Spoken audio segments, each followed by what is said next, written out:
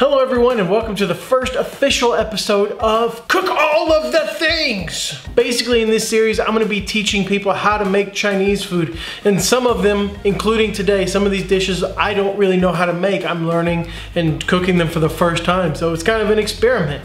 Let's just see what happens. So what are we cooking today? Actually today we're going to be cooking a Sichuan specialty. I live in Chengdu, the capital of Sichuan province, China, and I'm going to be cooking Kung Pao Chicken. But the thing is, a lot of places, even here in Chengdu, the home of this dish, they don't make it right. They don't make it in the truly authentic traditional style. So that's what I'm going to be trying to do today. You're going to need chicken breasts, peanuts, leeks, starch, water, Huajiao, also known as Sichuan peppercorn, dried peppers, garlic, ginger, salt, white sugar, and cooking wine. That's quite a lot of stuff, right? Well, don't worry about it. We'll get through this together. Quick note about the ingredients. So the chicken is going to be cubed up like this. It's going to be diced into, what is this, a little less than an inch, I suppose, so maybe 2 centimeters.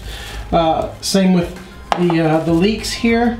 And then the garlic, you can use however much you want, but I've got my garlic and ginger in here. Ginger is about 1/3 of the garlic, and a small handful of these peppers, pretty much just for presentation, for color's sake.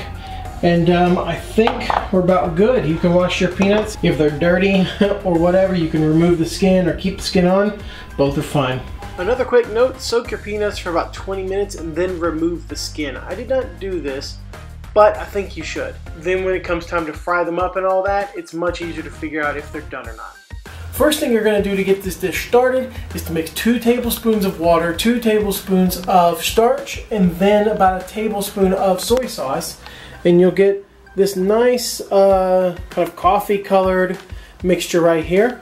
And you're gonna put your chicken in there, and then it's gonna sit there and kind of marinate for like 20 minutes or so.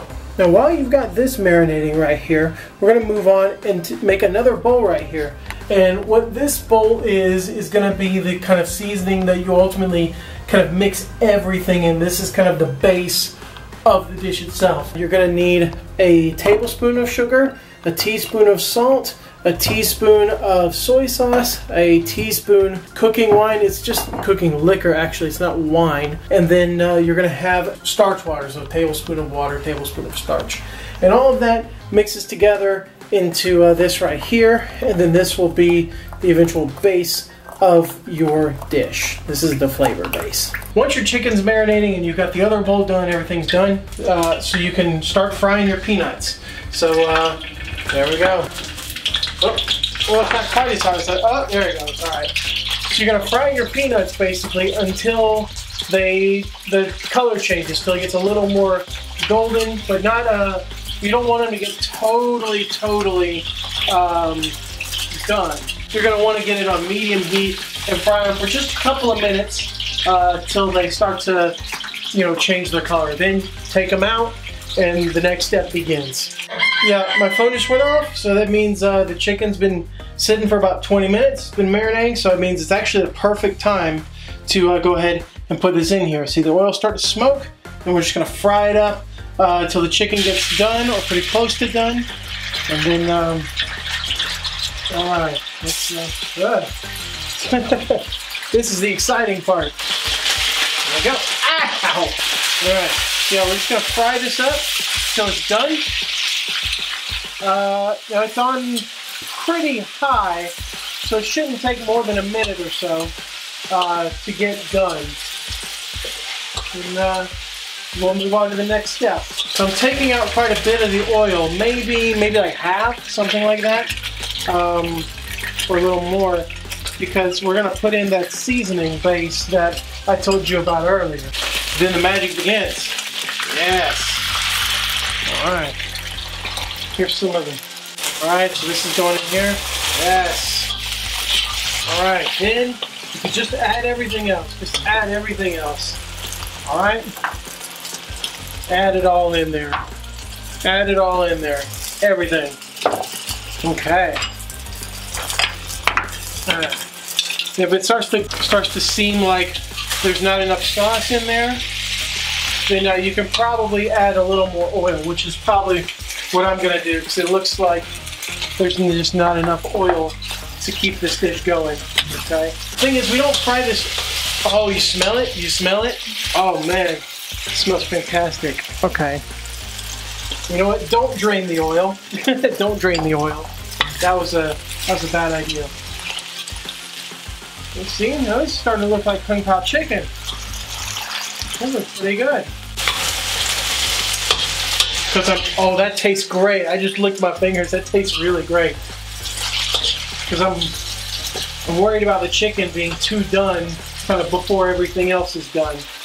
But let's see. That tastes like Kung Pao Chicken.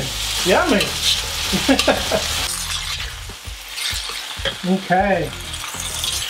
Looks great. Let's plate it. Yeah. Okay. So, you know, that looks right. That looks like Kung Pao Chicken. I may have cooked it for a bit too long, but you know what? I think it's all right. We'll just make do with what we got. And I think it's not a bad little attempt for the first time to ever make Kung Pao Chicken.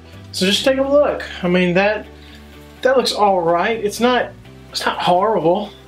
So let's head off and see what it tastes like. Here it is. This is it. This is the test. All right.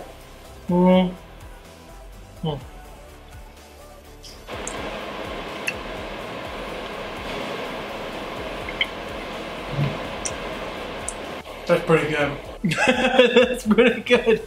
That's pretty good. All right, I'm gonna have to put the recipe in the description or something, because yeah, everything's just about perfect. Nothing's too burnt. Everything's the right texture. Nothing's been cooked too much. It's so good. Now the real test, the wife test. Is it good? The Chinese wife test. She's from Sichuan. What do you think? What do you think? Pretty good. Oh my god. So it's better than the restaurant we had yesterday. I don't know about that, but it is pretty good. So there you have it. Well, I consider this one a success. I think my Kung Pao Chicken could hold up to any restaurant's Kung Pao Chicken. Now, of course, I can't make it in the quick amount of time. I can't churn it out like they can, but as far as like pure flavor goes, I think I got it. This is really good. I'll put the recipe down below so all of you can make this as well. And with that, I think I'm gonna go. Thanks for watching, everybody. See you all next time.